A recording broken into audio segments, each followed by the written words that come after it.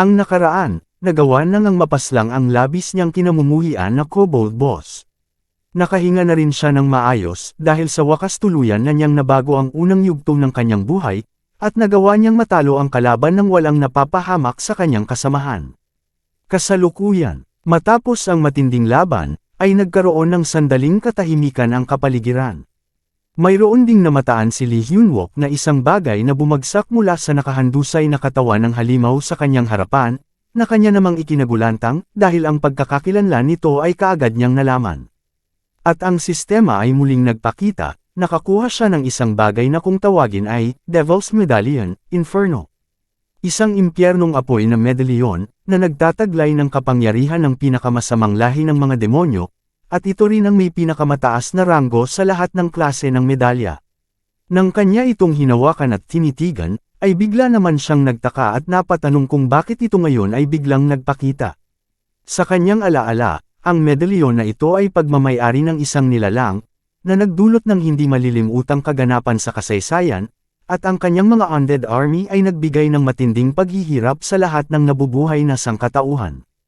At siya ang tinaguri ang pinakamasamang demonyo ng sangkatauhan. Siya ay walang iba kundi ang nilalang na tinatawag na Necromancer. At halos walang impormasyon na nakuha tungkol sa kanya, maliban lang sa isang katangian na kanilang pagkakatulad.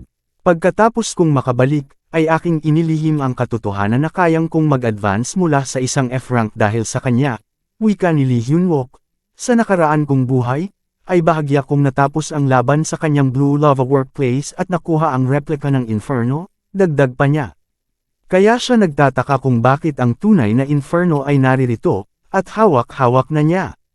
Hinawakan niya ito ng mahigpit ng may panggigigil, at napatanong kung may mga bagay pa ba siyang hindi nalalaman.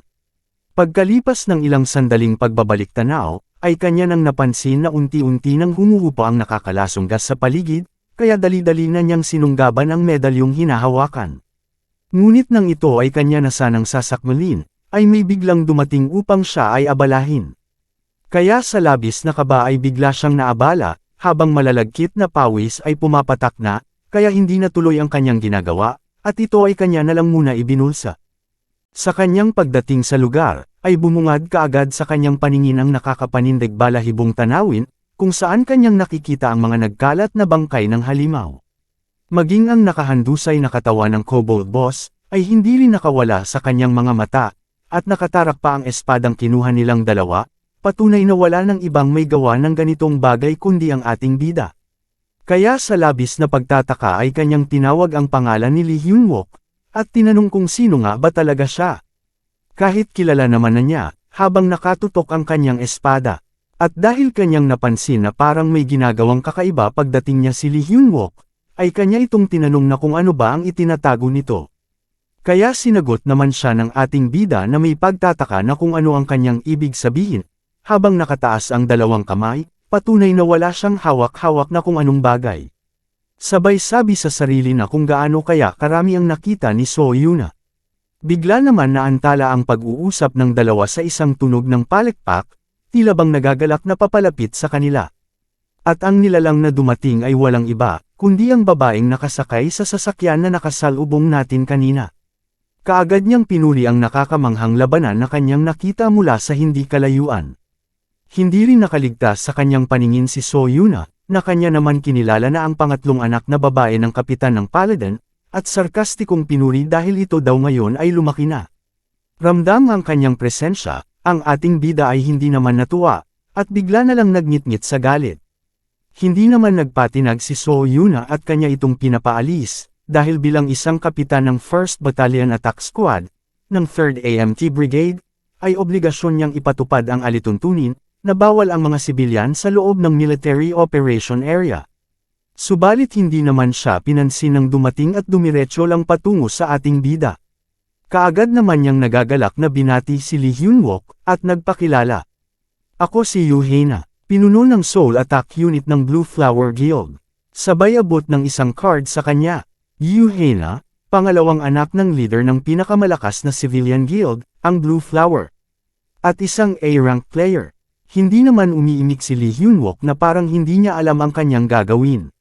Dahil hindi naman nakapagsalita ang binata sa harap niya, ay kanyang sinabi na, huwag mong sabihin na hindi mo pa ako kilala ng may naiinis na ekspresyon. Tugon naman ng ating bida sa kanyang sarili, habang pinipigilan ang kanyang galit, paanong hindi kita makilala, na sa lahat ng traidor na pumaslang ng sangkatauhan, ikaw ang hinding-hindi ko makakalimutan kahit anong pagsisikap ko. At kanyang naalala, ang nangyari sa nakaraan niyang buhay, kung saan siya ay pinuprotektahan ni Soyuna mula sa nakakapinsalang apoy ng kamatayan, habang pinagsasabihan siya na, dapat siyang mabuhay kahit anuman ang mangyari. At kahit anong sigaw niya kay Soyuna upang paalisin ito sa harapan niya, ay matatag pa rin itong nanatili, at masaya siyang tinitigan nagpapahiwatig na wala siyang pinagsisihan, habang nagsasabi na, ako ang iyong kalasag, dahil ako ang iyong unang buhay. Something smell fishy pala . At sa huli hindi rin nagtagal si Soyuna. Sa dami ng iba't ibang uri ng insekto ang dumagsa sa kanya, na nagsipasukan pa sa loob ng kanyang bunganga, ay tuluyan na siyang namahinga. At ang ating bida ay wala na ring nagawa kundi isigaw na lang ang pangalan ng kanyang jowa. At ang may kagagawa ng pagkawala ni Soyuna ay ang nilalang na ito na nakaupo lang sa ilalim ng pulang buwan, na kinokontrol ang hindi mabilang na insekto at pinagpiestahan ang katawan ng kanilang biktima. Kaya labis ang galit ni Lee Hyun-wook sa nilalang na ito, dahil ito ang dahilan kung bakit nawala si Soyuna sa piling niya. At ito ay walang iba kundi si Yoo-hae-na. At kasalukuyang nasa harap na niya, at mayabang na nagsasabi, kung hindi mo ako kilala. Ibig sabihin hindi mo rin alam ang magandang oportunidad na nasa iyong harapan. Kung saan si Lee Hyun-wook ay hindi naman nasisiyahan sa kanyang napakinggan, sa halip galit ay kanyang pinipigilan, at nanginginig na ang kanyang kalamnan. Dahil hindi pa rin niya tinatantanan ng ating bida, si Soyuna ay sumingit na. Ito ay military operation area, kaya pakiusap, umalis ka na, Miss Yoo-hae-na. Hindi naman niya nagustuhan ang narinig niya mula sa likuran kaya siya nagbuntong hininga na lang. At akala nyo ay okay na, hindi pa pala, kaya galit niyang tinitigan at pinagalitan, ang kalapastangan ng napakinggan, na ang isang sundalo, ay direkta lang tinawag ang kanyang pangalan, na hindi isinaalang-alang ang kanyang rango, at siya pa ay nagdemand na ang dapat itawag sa kanya ni Soyuna, ay Department Head of the Soul Attack Squad of the Blue Flower Guild. Haba naman, at bigla na lang nag-init ang tensyon sa kapaligiran, kanilang malakidlat na tingin ay nagbanggaan, talagang magkaaway nga naman kahit pa sa nakaraan, kaya ang ating bida ay naiwan sa hindi komportableng kalagayan. Sa gitna ng kanilang bangayan, ay may dumating naman na isang sasakyan, kaya sila ay natigilan, at kanila itong tinitigan. Nang nakarating na ito sa lugar ng pinaglabanan, nang kanya nang nasilayan ang tatlong nilalang sa harapan, ay kaagad na itong huminto, at binuksan na ang pinto upang makumpirma kung ano na ang kalagayan dito. At ang nakasakay pala sa sasakyan ay ang gorilyang nakasimangot na naman. Kaagad niyang pinagmasdan ang kanyang kapaligiran, at kanyang nasalayan ang mga walang buhay na katawan na nagkalat kung saan-saan. Hindi rin nakaligtas sa kanyang paningin, ang kobold boss na natutulog ng mahimbing. At ang ating bida ay biglang nataranta, dahil naisip niya ay wala na talaga siyang kawala. Dahil sa mga nasaksihan, mariin niyang tinitigan ang ating bida na kinakabahan. Kaya si Lee Hyun-wook ang bigla na lang natigilan, na para bang binuhusan ng yelo ang buo niyang katawan, at kaluluwa niya ay gusto na siyang iwanan, kaya pilit niya rin itong pinipigilan. Matapos mapagmasdan ng battalion commander ang kapaligiran, ay kanya nang naunawaan ang kasalukuyang kaganapan. Magalang niyang tinawag at binati si Yoo-hae-na, kung saan maayos naman siyang tinugunan ng dalaga, at kinamusta. Ngunit dahil ang pagpasok ng isang sibilyan sa military operation area ng walang pahintulot, ay isang mahigpit na alituntunin ng militar, at bilang isa sa mga namumuno dito, ay dapat niya rin itong sundin, kaya marahan niyang pinasalamatan ng Blue Flower Guild na nagbigay ng napakalaking suporta sa kanila, at pinakiusapan si Yoo-hae-na na lisanin na ang lugar. Sadyang arrogante talaga itong si Yoo-hae-na, kahit na sumang-ayon na siya, ay nagbitaw naman siya ng salitang may pangungutya sa battalion commander, dahil gusto lang naman niya makuha ang importanteng bagay. Dahil hindi kinuha ni Lee Hyun-wook ang ibinigay niyang card, ay kanya na itong hinalikan upang markahan ang kanyang makapal na lipstick, at isinuksok sa suot ng ating bida habang nagtatanong na kung tama lang ba ang ginawa niya. Pahabol pa niya, natawagan na lang daw siya ng ating bida, sabay pisil sa ilong nito. Malandi talaga, pagkaalis ni Yoo-hae-na, kaagad namang tinawag ng battalion commander si Lee Hyun-wook, kung saan mabilis naman itong tumugon, na nagpapahiwatig na siya ay nakikinig. Sinabihan siya ng battalion commander na, simula ngayon ikaw na ang mamumuno sa operasyon laban sa mga kobolds. Ang pagligtas ng mga survivor ang unahin at ipinagkatiwala sa kanya ang pagtalaga ng mga squad members. Hindi naman natuwa si Lee Hyun-wook sa narinig at nagtanong sa kanyang isipan na kung ano ba ang iniisip ng battalion commander. Dagdag pa ng commander na kung matapos na ang operasyon ay mag-report kaagad sa kanya. At ito naman ay pinaunlakan ng ating bida ng may pagsang-ayon. Dahil sa mga narinig ni So Yuna, ay kaagad naman siyang lumingon sa ating bida ng may pagtataka, o baka namang may pagkamangha. Kaya si Lee Hyun-wook naman ay kinikilig, at pati matigas niyang kasuotan ay tumindig. Isang linggo ang dumaan, pagkatapos ng matinding kaguluhan, ay muling lumipat ang mga kaganapan sa lugar na ito, 3rd AMT Brigade, 1st Station. Kung saan natapos na ng ating bida absorb ang medalyang kanyang nakuha na mula sa Kobolds Boss. Sa isang palikuran ay parang may nahihirapan, at ang sistema ay muling nagpakita, nagsasaad na, ang silid ng hininga ay nabubuo sa iyong sikmura, kasabay ng isang babala na matinding sakit ay mararamdaman. At ito na ang ating bida, labis na nagtitiis sa sakit na nararamdaman, dahil kahit na minsan na niya itong pinagdaanan, sa hina ng kasalukuyan niyang katawan, ang labis na sakit ay nararanasan. Pumasok naman si Park Jun-mo sa palikuran at hinahanap si Lee Hyun-wook, nang may naramdaman siya sa loob ng isang pintuan. Kaagad naman niya itong nilapitan, at kinumpirma na ang nasa loob ay ang kanyang kaibigan, dahil sa kanyang naririnig. Nang may mapanuksong tinig, ay tinanong niya si Lee Hyun-wook, na kung ito ba daw ay may pinapanood na kung anong maganda sa sarili. Sinagot naman siya ng ating bida na, hindi ito tulad ng iniisip niya, habang namimilipit pa rin sa sakit. Maya-maya ay biglang may lumabas na liwanag sa kanyang mga mata, at bunganga, habang patuloy pa ring namimilipit sa sakit, at ang liwanag ay bigla na lang sumabog mula sa loob, kasabay ang kanyang pagsigaw sa makulat na si Park Jun-mo na, gaya nga ng sinabi ko hindi ito katulad sa iyong iniisip, kaya tuloy, siya ay nabolabog. Ang Kobolds Gate na kanilang minamaliit, ay nagdulot ng matinding hinagpis, dahil pagkatapos ng laban, maraming mga walang buhay na katawan ang natagpuan. Buti na lang nagawa ni Sergeant Siena na maagapan ang critical na sitwasyon ni Private An Mintae at ligtas na itong naipadala sa pagamutan ng militar. Pagkatapos ng insidenteng iyon, ay sumuko na si Lee Hyun-wook sa pag-iisip na palagi na lang protektahan ng mag-isa ang lahat, kaya sinimulan na niyang sanayin ang kanyang mga kasama sa support squad, upang kahit papaano ay maprotektahan naman nila ang kanilang mga sarili. Subalit nagdulot naman iyon ng dalawang problema sa kanya.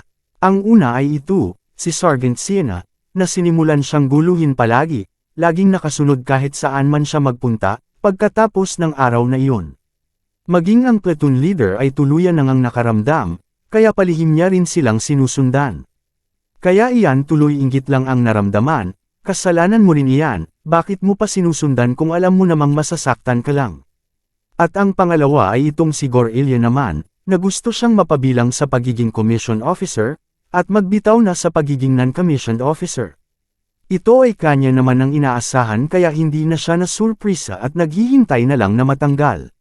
Sabi pa ng battalion commander sa kanya, ang operasyon sa Itaewon ay nagkumbinsi tungkol sa kanya para sa pangarap nitong bumuo ng isang perpektong kulturang militar, kung saan ang ranggo ay hindi na mahalaga sa paniniwala nito, kaya ang tanging tugon na lang niya ay, kanya na lamang ito pag-iisipan sa panahon ng kanyang bakasyon, ngunit ang kanyang kaluluwa ay napapamura na lang, bakit pa daw siya isasali sa pangarap ng kanyang commander.